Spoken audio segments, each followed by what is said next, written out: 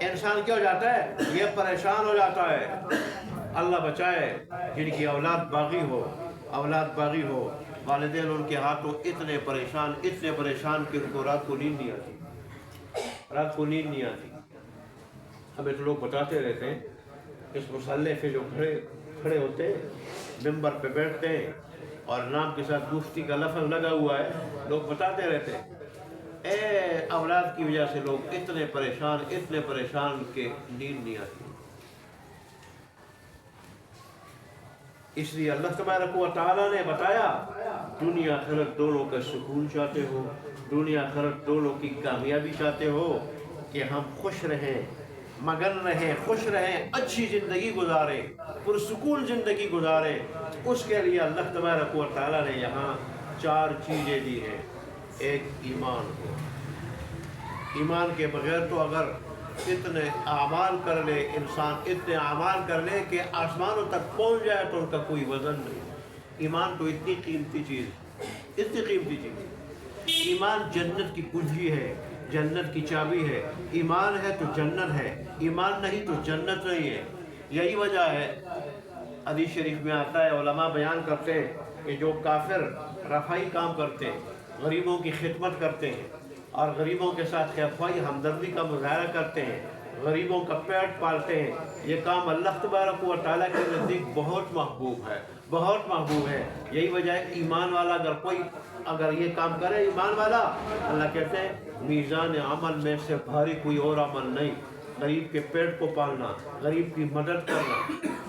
آج تو ہم لوگ پتہ نہیں، مسلمان وہ کافروں والی باتیں مسلمانوں میں آ گئی، یہ کہ میں سیٹ ہو جاؤں، میرا بنگلہ ہو جائے، میری کار ہو جائے، میں اچھا کھاؤں پہنوں اور باقی مسلمان اپنا کام کرے، وہ باڑ میں جائے۔ یہ کافر کی سوچ تھی، مسلمان کی نہیں۔ آج مسلمان کی یہ سوچ بنی تو اللہ تبارک و تعالیٰ نے مسلمان کو اس کی ذات کے سپرد کر دیا۔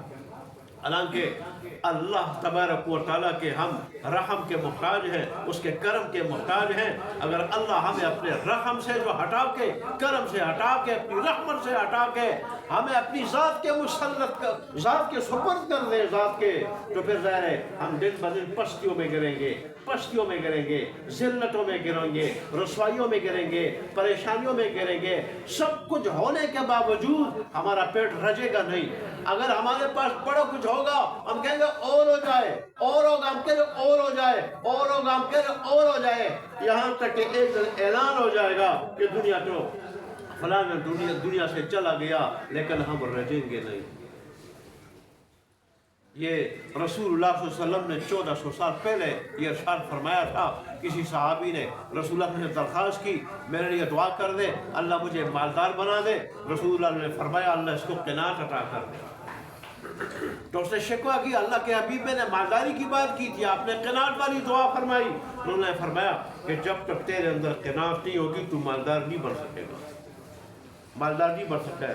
وجہ اس کی یہ ہے جتنا تیرے پاس ہوگا تو کہے گا اور ہو جائے، اور آ جائے، اور آئے گا، تو کہے گا اور آ جائے، تو تیری وہ لالچ ختم نہیں ہوگی، تو خوش نہیں ہوگا، تجھے سکون نہیں ملے گا، اور تو کہے گا جتنا تو کہے گا کہ وہ مجھے جو میں چاہ رہا ہوں وہ نہ مل جائے، اس وقت تجھے سکون نہیں ملے گا، اور جتنا ملے گا تو کہے گا اور ملے۔ اس لیے کہ ابن آدم کا مزاج ایسا ہے کہ ایک پہاڑ سونے کا ہو جائے تو یہ کہے گا کہ پہاڑ سونے کا جس کا ہو جائے وہ تو پوری دنیا کا مالک ہو جائے گا۔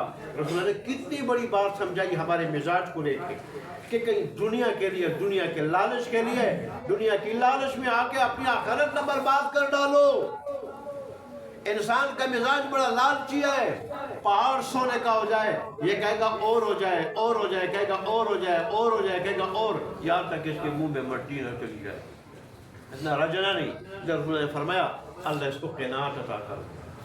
تو بہرحال آج ہمارا مزاج بھی وہ بن گیا ہے کافروں کی طرح۔ اب ایک ہے یہ کافر کہیں سے کہیں تک پہنچ جاتے ہیں لیکن وہ رجتے نہیں۔ انسان کو اگر اس کی ذات کے سپرد کیا جائے، ذات کے، اللہ کا رحم شامل حال نہ ہو، اس کا مال بھی غلط استعمال ہوگا، اس کی جان بھی غلط استعمال ہوگی، اور اس کے نتیجے میں اس کی دنیا بھی برباد ہوگی، اس کی آخرت بھی برباد ہوگی۔ ورنہ کویت کے کسی شیخ کی مثال تو آپ کے سامنے ہے کہ جب اللہ نے اس کی ذات کے اس کو شکر کیا تو یہاں تک کہ اس کا گھر بھی سونے کا بنا، اس کے جہاز بھی سونے کے بنے، سمندری جہاز بھی سونے کے، ہوائی جہاز بھی سونے کے، اس کی گاڑیاں جو ہے نا وہ سونے کی، اس کے جو ہے نا پسٹر وہ سونے کے، چارپائی سونے کی، کمرہ گھر سونے کا، لیکن جس وقت وہ دنیا اللہ کا رچتا پھر بھی نہیں رہا تھا، وہ اور چیزیں بھی سونے کی بنا رہا تھا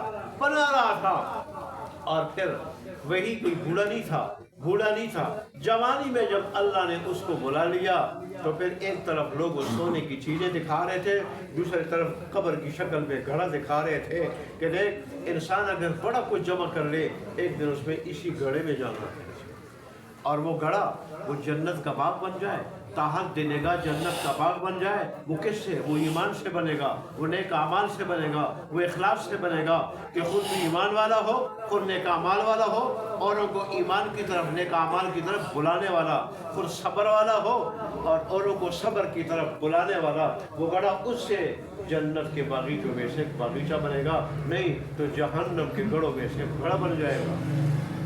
اس لیے اللہ تبارک و تعالیٰ نے آج کھلے الفاظ میں، اے انسان تو کامیابی چاہتا ہے؟ مجھ سے زیادہ کوئی یقینی بات تجھے بتا سکتا ہے؟ مجھ سے کوئی زیادہ قطعی بات تجھے بتا سکتا ہے؟ تجھے میں نے بنایا، میں تیری کامیابی بھی جانتا ہوں، ناکامی بھی جانتا ہوں۔ اگر دنیا آخرت دونوں کی کامیابی چاہتے ہو تو ان 4 باتوں پہ عمل کرو، یہ 4 چیزیں اپناؤ۔ کامل ایمان والا بن جاؤ، کامل ایمان والا بن جاؤ، نیک اعمال والا بن جاؤ، خود دین پہ چلتے ہوئے اوروں کو دین کی طرف بلانے والے بن جاؤ، اور اس کے نتیجے میں جو مصیبت آ جائے خود اس کو سہتے ہوئے، اس پہ صبر کرتے ہوئے اوروں کو صبر کی تلقین کرنے والا بن جاؤ۔ یہ 4 کام کر لو تو دنیا بھی تیری، آخرت بھی تیری، دنیا بھی تیری، آخرت بھی تیری۔ دنیا میں حقیقی زندگی جو دل کے سکون کا نام ہے، عزت کا نام ہے، مقام کا نام ہے، بلکہ لوگوں کے دلوں پہ حکمرانی کرنے کا نام ہے، لوگوں کے دلوں میں بسنے کا نام ہے، یہ کامیابی تجھے مل جائے گی اور آخرت کی کامیابی تجھے مل جائے گی۔ یہ 4 کام کر لو، ایک ایمان ہو، نیک اعمال ہو کہ اعمال بھی اللہ کی مرضی کے مطابق ہو، من چاہی نہ ہو، رب چاہی ہو، اور پھر ساتھ اوروں کو حق کی تلقین ہو، اور پھر اس پہ جو ہے نا وہ دین پہ چلتے ہوئے جو مصیبت آ جائے اس پہ صبر ہو۔ یہ 4 کام خود بھی کرو، اوروں کو اس کی طرف بلاؤ، پھر دنیا تیری، آخرت بھی تیری، اور میں بھی تیرا، ساری کائنات تیری۔ جب میں تیرا ہو گیا تو پھر ساری کائنات تیری، یہ دنیا بھی تیری، آخرت بھی تیری۔ اللہ تبارک و تعالیٰ ہمیں اس پہ عمل کرنے کی توفیق عطا فرمائے۔ وآخر دعوانا الحمدللہ رب العالمین۔